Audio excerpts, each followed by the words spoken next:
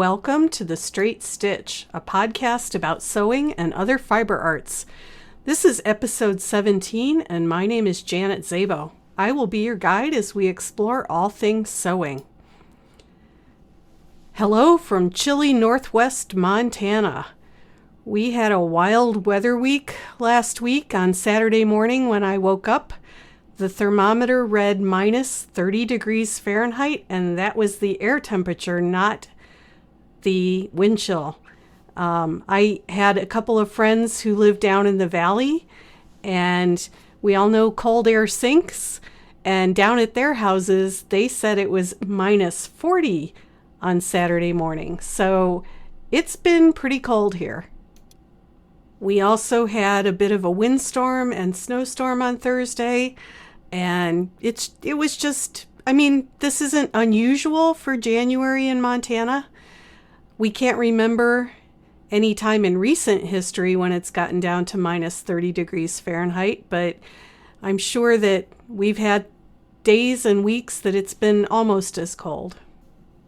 We're supposed to warm up in another week or so, up into the high 30s, and I expect to see people running around in shorts and flip-flops. You would think that I got quite a bit of sewing done during that time, and I did. I made a Natalie top, a J-Lee Natalie, and that is a pattern that I've been playing around with for the past couple of weeks. I made myself one out of a fleece fabric, and it turned out really well. And the one that I made on Friday, I made from some cotton lycra French terry that I got from Minerva.com, and I'll put the links in the show notes. Minerva is a UK-based company, and I think that it's probably a good thing that they're all the way across the pond, because if I were closer to them, I would probably have a lot more fabric in my stash than I do, and my stash is pretty respectable. But every so often I'll treat myself and buy a couple of lengths of fabric from them, and this was one of the fabrics I bought.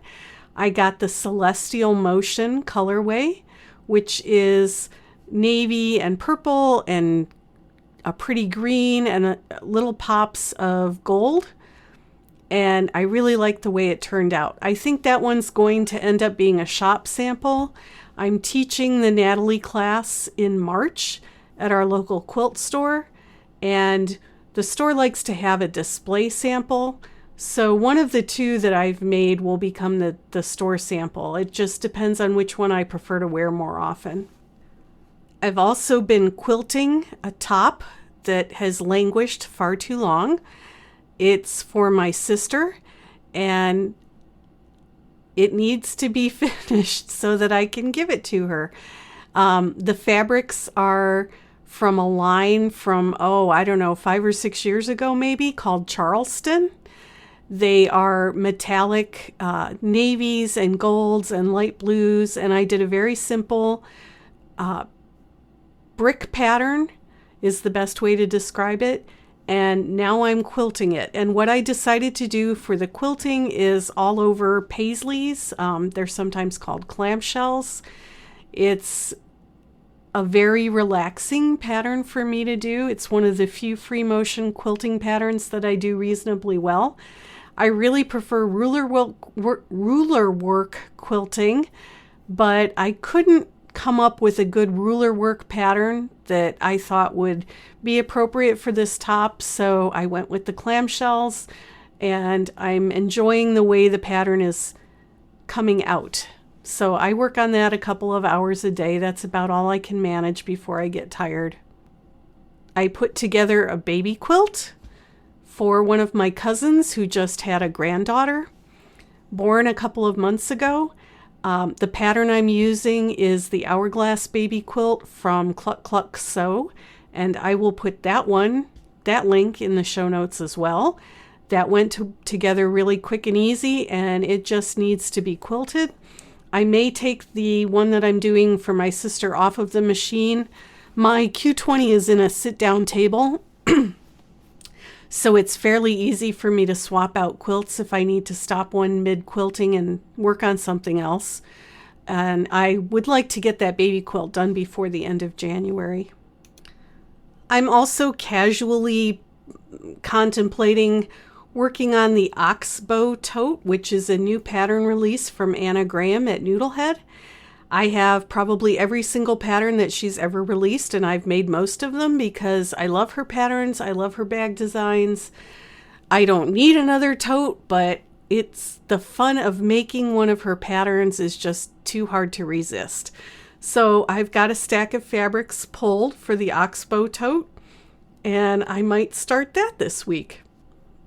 And lastly, if you happen to look at my blog this morning, you might have seen the photo of the top that I posted. I have a knot top pattern, and yesterday afternoon I got a wild hair to make a knot top for myself, so I pulled a chunk of Walmart remnant rack fabric out of my stash.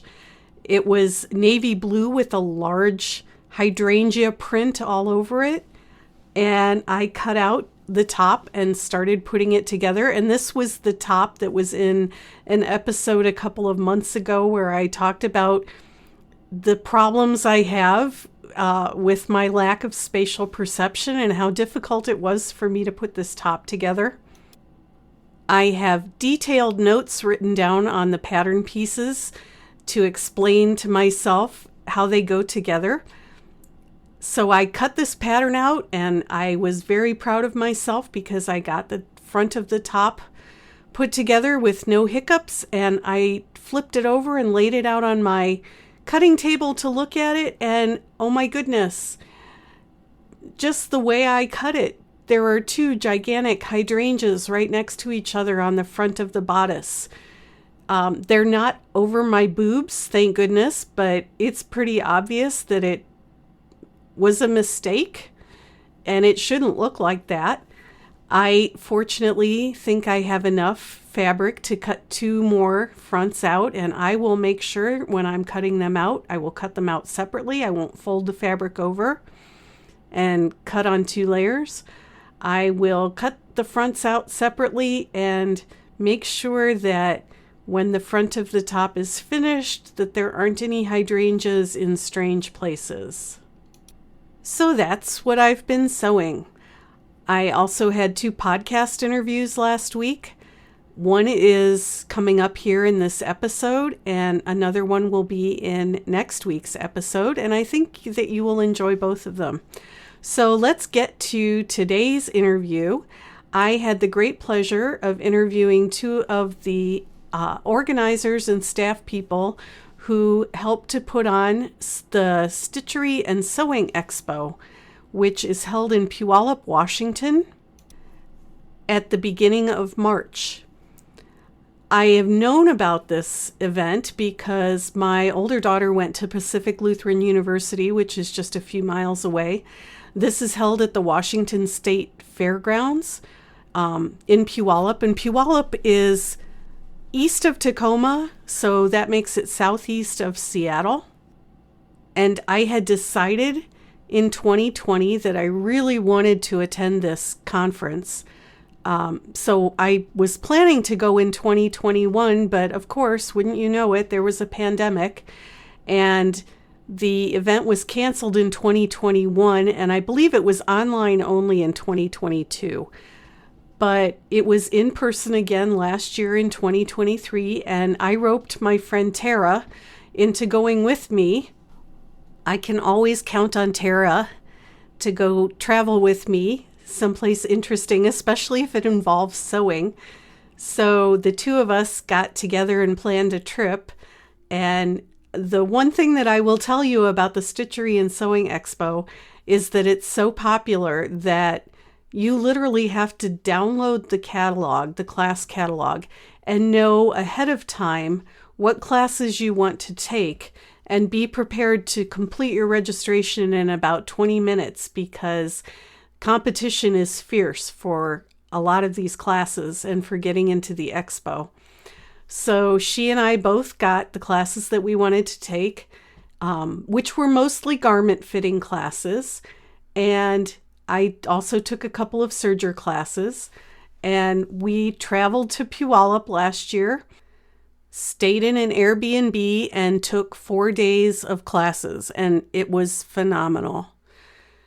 We were both signed up for a bodice sloper class, and a few weeks before the bodice sloper class, we got an email saying that the teacher had had an emergency and they were going to replace her with a person named Joe Vecchiarelli.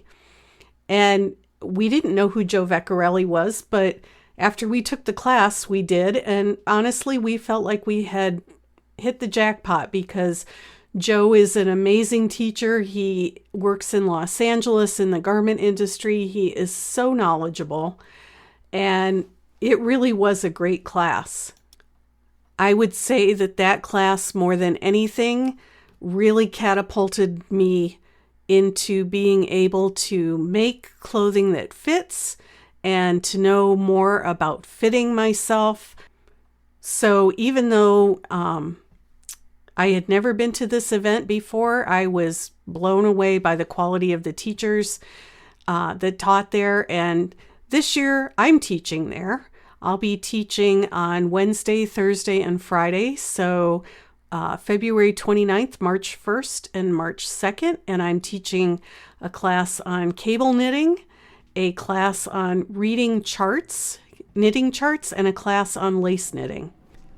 I'm very excited about this because it's been probably 10 or 15 years since I've taught knitting classes, and I'm excited to get back into doing that.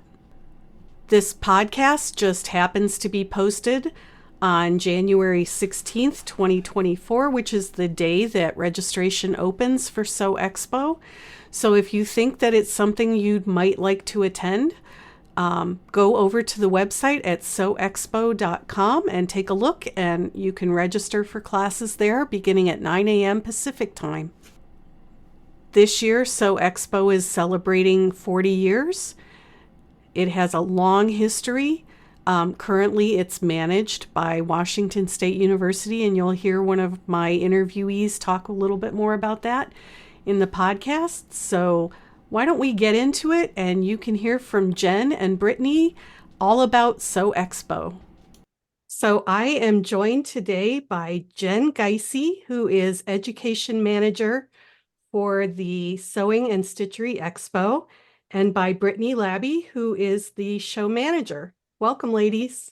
Thank you for having us. So let's talk about Sew Expo. I know about Sew Expo because my daughter actually went to Pacific Lutheran University, so I spent some time in that area, and I knew that there was a big sewing show and conference there every year. I didn't manage to make it until last year, and I came as a student, and this year I'll be there as a teacher and possibly also as a student. We'll see. But for people who aren't familiar with Sew Expo, can you give us some background? This is the 40th year. So when and how did it start, and who's responsible? So it started years ago, and it was actually started by not WSU. So we kind of adopted the program. I want to say it's 15, 20 years ago, but I'm not exactly sure on when we took over fully. But it was actually just started by someone that was passionate about sewing and wanted to kind of get people together. And of course, over the span of 40 years, it has grown to this massive expo and what we know of it as today. But at the beginning, it was just kind of getting people together in the sewing industry that were passionate about sewing, that wanted to learn, and then also getting those vendors to one area so that people could shop and physically feel the products and get to experience something that's a little bit different than what we're experiencing today, which is a lot of online shopping. So it started as that, and it's kind of morphed into just the same thing year after year. It's grown, and we are just, trying to make sure it's continuing to grow in the right direction. So do you have attendance numbers from last year? Do you know how many people, how many vendors, how many teachers? We had around 17,000 attendees last year over the 4 days. And then we had in 2020, actually, it was one of our biggest years. We had over 20,000 attendees, and of course, right, actually shut down. It's interesting. They shut down the world during Sew Expo of 2020. So we are building back up to hopefully get to even, surpass that 20,000 from 2020. But we had over 100 vendors last year, and we're looking at having around the exact same that we had last year for vendors. And I'll let Wow. Jenn speak on teachers because she's our teacher Okay. expert. Go ahead, Jenn. Yeah, so this year we did things a little differently with the classes. In years past, we duplicated a lot of classes, and so this year instead of duplicating them, we actually decided to approve a wider variety of classes and not duplicate them unless they sell out. So what that's allowed us to do is have more, actually roughly the same number of classes, but more unique classes. And then if one sells out, we will still offer, hopefully offer a second session if the teacher has time to teach it. So this year we have 222 unique classes. There's 265 total. And 42 of those teachers are returning teachers and 30 of them are brand new. So lots of new teachers at Expo this year. And what that also did is brought in over 100, actually over 115 brand new classes. So I know we got some comments last year and in years past that it was the same classes year over year. And so we have lots of new classes for everybody this year, including some machine classes that are only an hour and a half. Usually we only have 2.5 hour machine classes or 4 hour machine classes. This year we added hour and a half machine classes, and they're going to be really beginner projects, really quick sew projects, just for people that might just want to dip their feet in and try things out if they've been scared or nervous to try a machine class in the past. Now they can do that in just a quick hour and a half, project. So that's some new things we're offering at Expo this year. And you get some well-known national teachers. We do indeed. Last year, we were lucky. A friend of mine and I signed up for the bodice sloper making class, and the teacher got sick, and we ended up with Joe Beccarelli. And he'll be back this year. Yeah, he'll be back this year and teaching even more classes. That was like hitting the lottery. It was a wonderful class. So yeah, it's great that you have such a variety of teachers and such well-known teachers. And new teachers, like you said, this is your first year, and some of them are local, some of them are coming from around the country. So it's going to be, and we have a couple from Canada. So it's going to be really fun. Have you added anything really unusual this year? I wouldn't say unusual. We increased the number of hand stitching classes we have. So some other feedback that we got was that the show got too quilting focused. So we wanted to make sure we brought in more garment classes, more of a variety of hand stitching classes. So we have a lot of hand embroidery classes. We have a lot of knitting, a lot of crocheting. So there's a crocheting a vest. It's little squares, and then you stitch the squares together. So that one will be really interesting. There's a couple different classes on dyeing fabric. Actually, there's several. There's different forms of dyeing. So there's silk painting. We had that one last year, but sun dyeing fabric. There's printing on fabric. We're going to have a couple different classes on how to print photos on fabric. So just trying to expand people's skill set there. It's interesting that you said that you got comments that it was quilting focused. And I know quilting it's a juggernaut. I mean, it just rolls over everything. Did Sew Expo, and maybe Brittany can answer this, did Sew Expo originally start as a garment? It did. And we were really heavy in the garment vendors, at least in years past. And so I think also things have changed in general. It's a lot easier for people clothing is cheaper, and maybe that's kind of changed things. It's a lot more expensive for some of our vendors to come out and produce some of the products that they used to and bring all the fabrics that they used to. It's expensive to fly that type of fabric across the country now. A little bit different than it was 10 years ago. So I think things have kind of shifted in that regard as well. But we did kind of start out, I don't know if we were fully garment completely, but we did have a lot more than we do currently. How is Washington State University involved in this? So we are actually now fully the owners of this event. So we took it on completely and we plan every aspect of it. So we plan all the little details, from working with our decorator to set up all the vendor booths and all of our events. This year we actually have a 40th anniversary event. Usually we have evening events on Fridays and Saturdays. And this year we're just doing one big bash on Saturday evening, and it's actually free to attend, which we've never done before. So we're excited for that. We're going to have a big evening event sponsored by Bernina. And so that will be a fun way to kind of kick off or kind of end the 40th anniversary celebrations.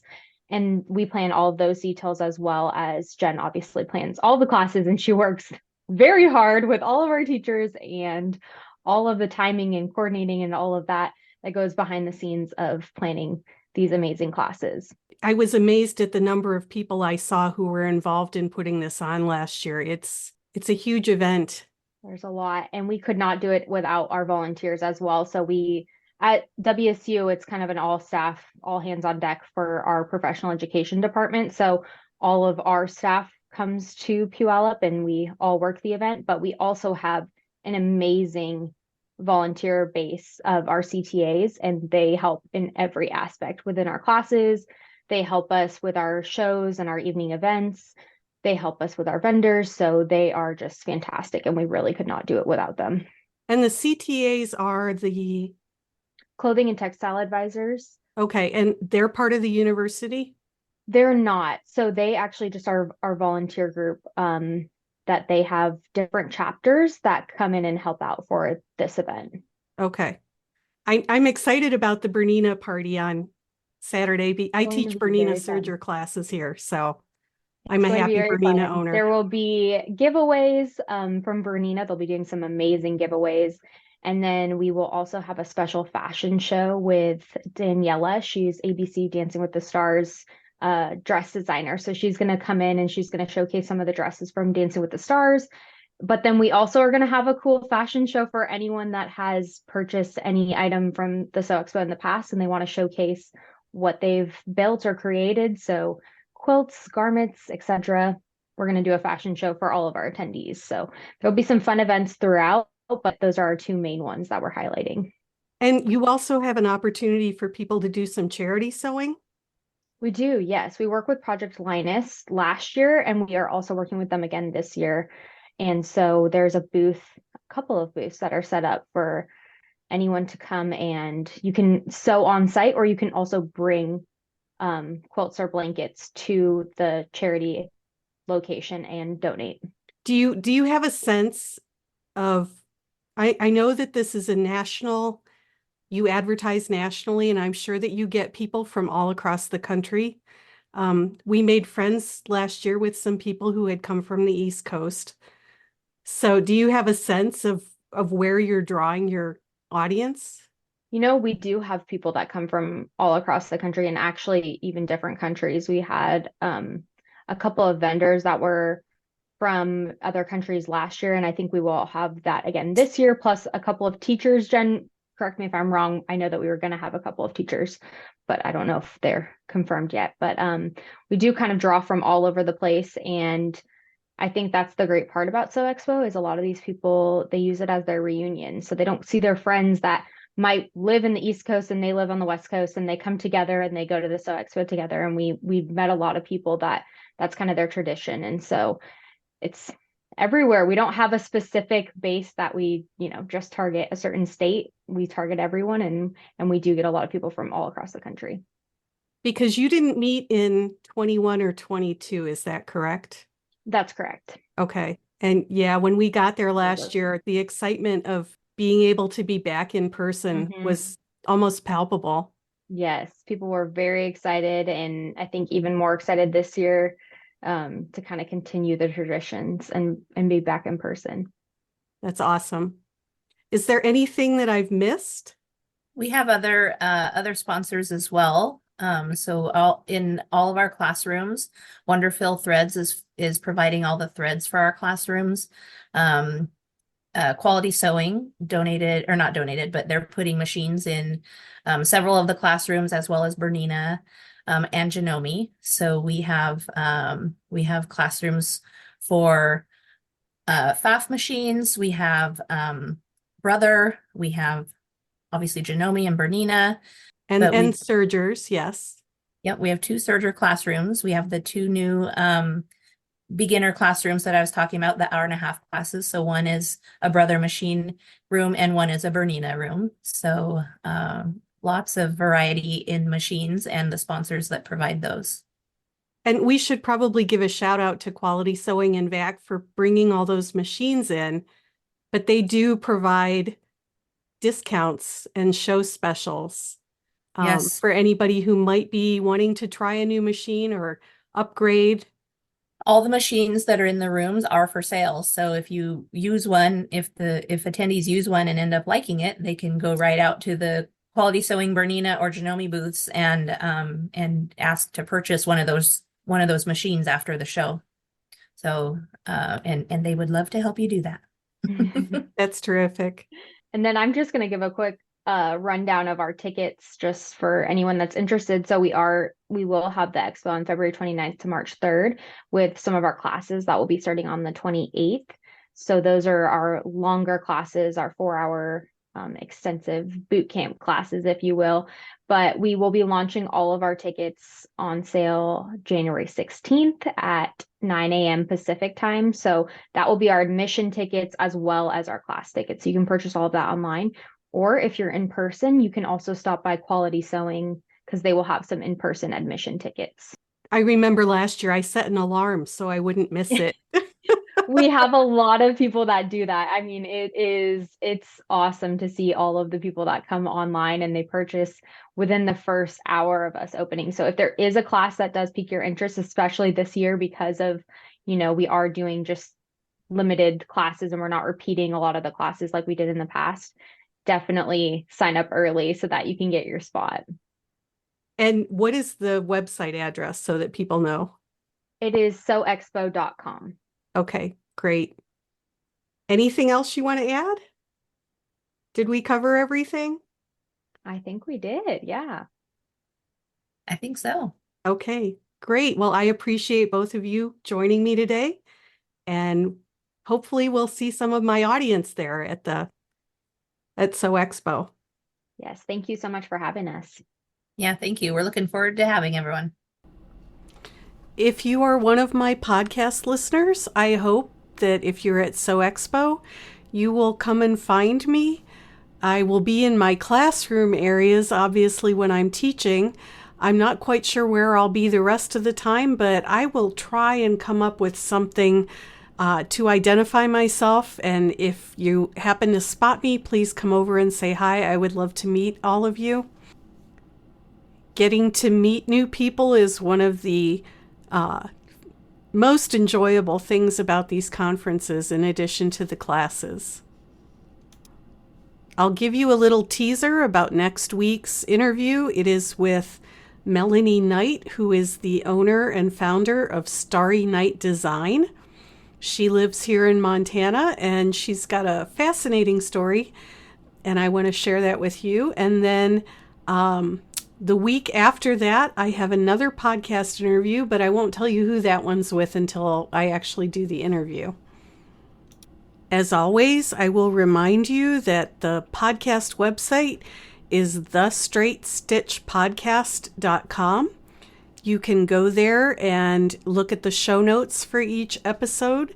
The links to all of the relevant content will be posted there. You can also go to my blog at janetzabo.com, and that's where I write every couple of days, usually 3 to 4 times a week, about life here in Montana. I really appreciate the reviews that I've gotten on Apple Podcasts, and if you're feeling so inclined, go over there and drop a little note about the podcast, because that does help other people to find us. Please share it. Share the links with your friends who you think might be interested in listening to a podcast about sewing. And if you have any suggestions or feedback about any of the episodes or things that you'd like to hear about in the future, let me know. You can email me at janet@janetzabo.com. And with that, I hope you have a great week and you get to go sew something.